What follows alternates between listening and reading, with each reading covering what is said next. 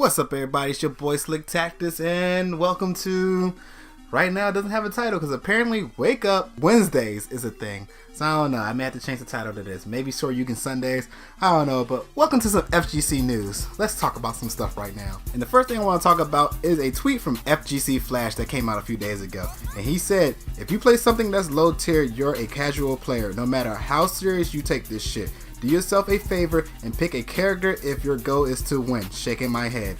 Now, if you're just trying to improve and just have fun, enjoy your losses. LOL. Okay, I find so many things already wrong with that. Just because you pick a low tier doesn't make you a casual. Just because you pick a high tier doesn't really make you a pro either. I mean, casuals can pick whoever they want, pros can pick whoever they want. Honestly, high tiers don't mean squat. Just because you're high tier doesn't mean anything. Last I checked, Cammy is the highest tier of Street Fighter, and she ain't win no tournaments.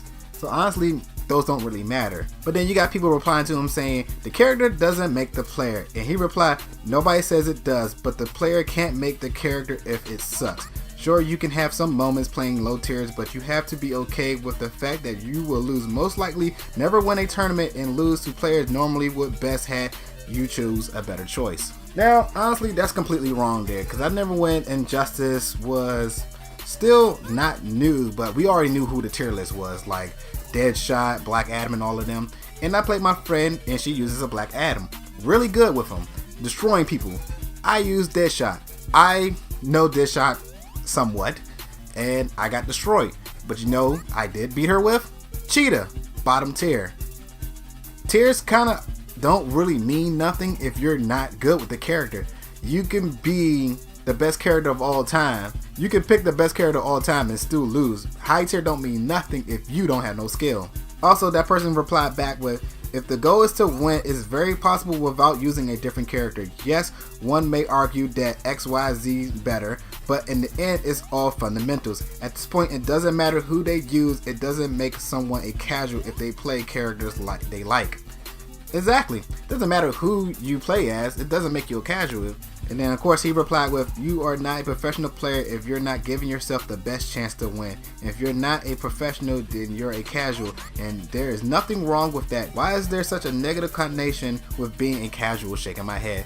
See, the thing is, there's no problem with being a casual. I think the people who are mad at you are pro players that you called casual. Because again, I don't use high tier characters, I use whoever I like. Let that be low tier or high tier. I like Cheetah, so I use Cheetah. In Street Fighter, I like Cammy, so I use Cammy. She just happened to be the top tier. But yeah, the casual people are not mad, because if I'm a casual player, I'm a casual player. I'm not going to be mad for what you said. You technically took shots at pro players who are definitely using mid or low tier characters. It doesn't matter who you pick truly for real. I mean, for goodness sake, PR Balrog, the best Balrog ever, lost to a Hakan. Infiltration won with Jury.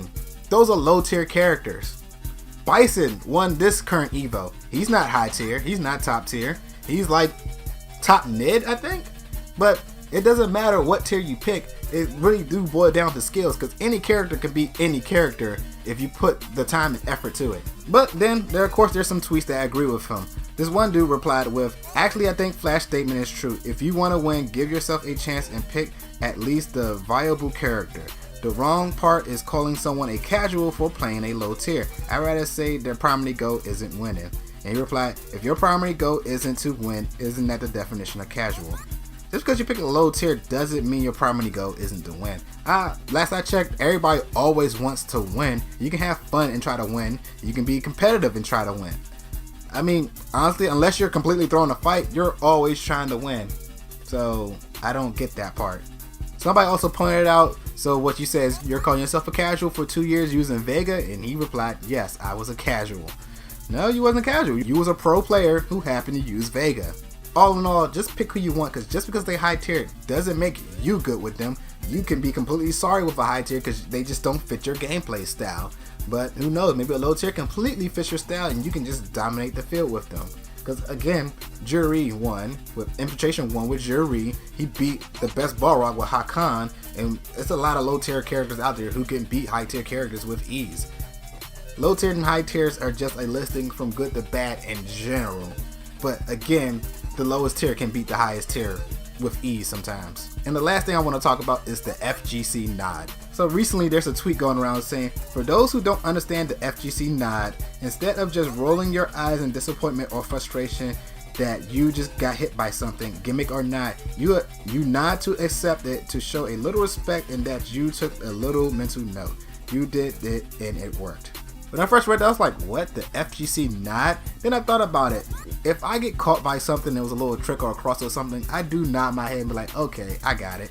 But then it also continued and she said, and I think it's a great way to learn, play seriously, because rather than blow up something besides, e.g. old school broken roadhog hook, you immediately accept it and understand how and why it happened. There's BS in every game, deal with it right. Then somebody replied with another example of people thinking that something is unique to their niche when it isn't. That's what I first thought, like a FGC nod. I'm like, doesn't everybody nod? So then they go back and forth basically explaining that. She said, I watch hundreds of FPS in MOBA streams and never seen someone do that. Hearthstone sometimes, but not as much as fighting games. And then they reply, this happens in MMA, board games, and literally anything competitive in which people are not being sore losers. Cool, it also happens in the FGC very frequently, like probably once a match. So I was like, he got a point though. Everybody nods, so what makes an FGC nod different from any other nod? So then he replies, okay, the FGC nod, but not really, is just a common use of the body language to show both acceptance in or approve of basic anything. Maybe I should coin a FGC term. How about FGC handshake? Exactly the same as every other handshake, but in the FGC. And someone replied, this guy doesn't get it. And honestly, after reading up on this, I understood halfway through all these terms and stuff. Like, basically what she's saying is the FGC nod is download complete. Because honestly, yeah, once I get caught with something, I nod my head like, okay, I got it. And when they try it again, they get punished for it. Download complete. That's what she was replying to. She's basically saying the gesture for download complete. She was trying to explain that out, but of course from some people they think that, oh, you're just talking about a simple nod. Yeah, everybody does a nod, which is true, but if you break it down better, people understand, oh, you're talking about download complete. But about the handshake part, she said FGC handshake. I guarantee this guy doesn't shake hands after matches. There's a lot of people out there who don't shake hands. Then called her petty. Somebody replied, yo, petty is shown in someone's mentions and arguing over a minute, which is true. And of course, a lot of people agree with her. To every nod, there is a subtitle. Good shit, dude. Not gonna happen again, though. And they agree with that. Like I said, download complete. That's basically what she's meant by the FGC nod. I personally like you right, followed by you still right, followed by you continue to be right, and finally, please stop being right. Which means you keep getting punished by the same goddamn thing. That was a good one. That was a really good tweet. They get a follow for that one.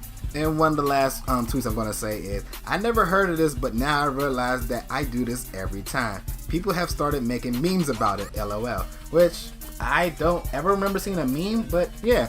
After she said that, I noticed to myself, yeah, I definitely do nod when I get caught by something. Like, okay, I got that. You're not going to fall for it again. I'm pretty sure Rizzy does that too. Well, he don't do it no more, but back when I used Cammy and Jury, he nodded his head a lot because he punished all my cross-up with those two. But tell me what you think about the FGC nod, and what do you think about low tiers only for casual players? I'd like to hear what you say down below, but until next time, it's your boy Slick. See ya!